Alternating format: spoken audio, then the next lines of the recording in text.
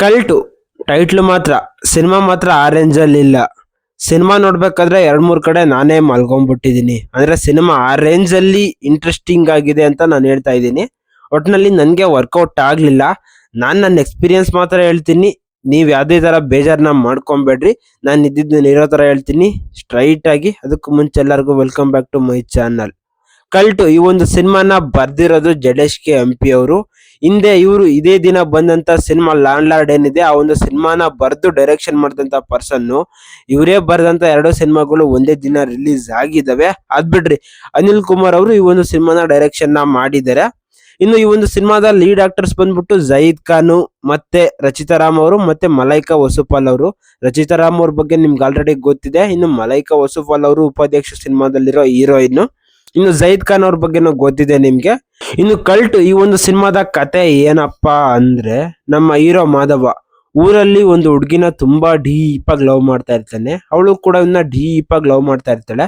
But ಇವನು ಓದೋದಕ್ಕೆ ಅಂತ ಬೇರೆ ಕಡೆ ಬರ್ತಾನೆ. ಬಟ್ ಲವ್ ಮೇಲೆ ಒಂದು ಬಿಲೀಫ್ ನ ಇಟ್ಕೊಂಡಿರ್ತಾನೆ. ಅವಳು ಕೂಡ ಓದೋದಕ್ಕೆ ಅಂತ ಬೇರೆ ಕಡೆ ಬರ್ತಾಳೆ. ಬಟ್ ಅವಳ ಆಟಿಟ್ಯೂಡು ಎಲ್ಲ ಕೂಡ ಫುಲ್ಲು ಚೇಂಜ್ ಆಗಿ ಹೋಗುತ್ತೆ.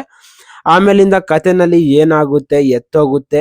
ಇನ್ನೊಂದು ಹುಡುಗಿ ಅಂದ್ರೆ ರಚಿತಾ ರಾಮ್ ಅವರು ಇವನ್ ಲೈಫ್ಗೆ ಏನ್ ಬರ್ತಾರೆ, ಲಾಸ್ಟ್ ಅಲ್ಲಿ ಏನಾಗುತ್ತೆ ಎಲ್ಲ ನಾವು ತಿಳ್ಕೊಬೇಕು ಅಂದ್ರೆ ಸಿನಿಮಾನೇ ನೋಡ್ಬೇಕು. ಅದು ಬಿಟ್ರೆ ಸಿನಿಮಾ ಕತೆ ಓಕೆ ಚೆನ್ನಾಗೇ ಬರ್ದಿದ್ದಾರೆ ಜಡೇಶ್ ಕೆ ಹಂಪಿ ಅವರು. ಬಟ್ ಅದನ್ನ ತಗೊಂಬಂದಿರೋ ರೀತಿ ಇದೆಯಲ್ಲ, ಸ್ವಲ್ಪ ಇರಿಟೇಷನ್ ತರಿಸುತ್ತೆ.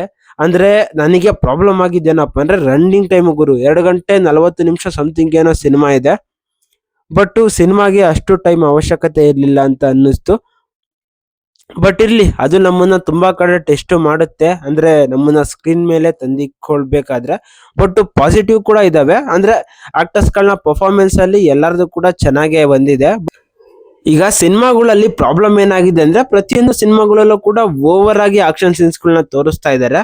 ಬಟ್ ಅದು ನನಗೆ ಪ್ರಾಬ್ಲಮ್ ಆಗ್ತಾ ಇದೆ. ಬಟ್ ಎಲ್ಲಾ ಸಿನಿಮಾಗಳಲ್ಲೂ ಕೂಡ ಅದನ್ನೇ ಮಾಡ್ತಾ ಇದ್ದಾರೆ. ಅದನ್ನ ನಾನು ಹೇಳ್ಬೇಕು, ಮುಂದೆ ಬಿಟ್ಬಿಡ್ಬೇಕು, ಅದನ್ನು ಕೂಡ ನನಗೆ ಗೊತ್ತಾಗ್ತಾ ಇಲ್ಲ.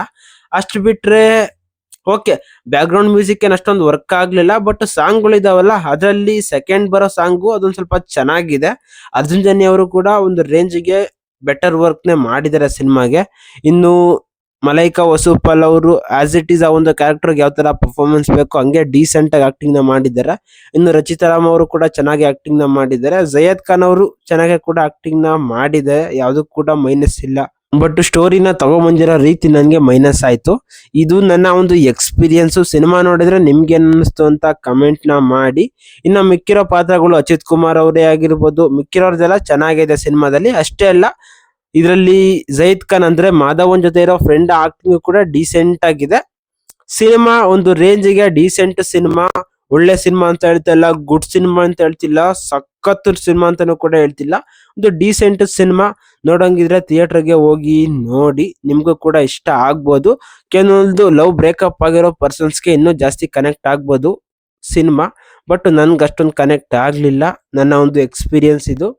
ನೀವು ಸಿನಿಮಾ ನೋಡಿದ್ರೆ ನಿಮ್ಮ ಎಕ್ಸ್ಪೀರಿಯನ್ಸ್ ಏನು ಅಂತ ಕಮೆಂಟ್ ನ ಮಾಡಿ. ನಾನು ನಿಮ್ಗೆ ಮತ್ತೆ ಬೇರೆ ಬೇರೆ ವಿಡಿಯೋಗಳ ಜೊತೆ ಸಿಗ್ತಾ ಇರ್ತೀನಿ. ಬಾಯ್.